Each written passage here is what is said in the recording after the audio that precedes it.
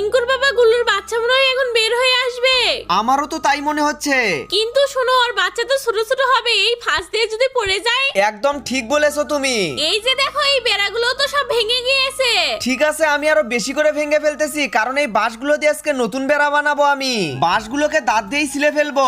আচ্ছা শোনো, এবারে বাঁশগুলোকে আমি সিলবো, তুমি অন্য কাজ করো যাও। ওরে বাপরে, এত শক্ত, এই কাজ আমি পারবো না বাবা।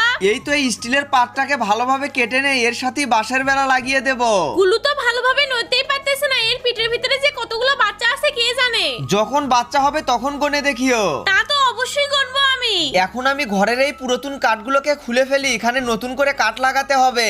এই তো পিঙ্কুর বাবা, আমি ইট এনেছি, সাইডটাকে ভালোভাবে ঢালাই করে দাও। এবারে আমি শক্তপোক্ত করে ঘর বানাবো, যাতে আর কোনো সমস্যা না হয়। তোমার ঝালাই দেওয়া কি হয়েছে? আমি তাহলে সিঁড়িটাতে রং করে দেই। চুপচাপ এই দিকে আসো, এখন নতুন বাঁশের বেড়াগুলোকে লাগাতে হবে। আরে বাহ, এখন তো সেই লাগতেছে। বন্ধুরা, তোমরা ভিডিওতে লাইক করে চ্যানেলটি সাবস্ক্রাইব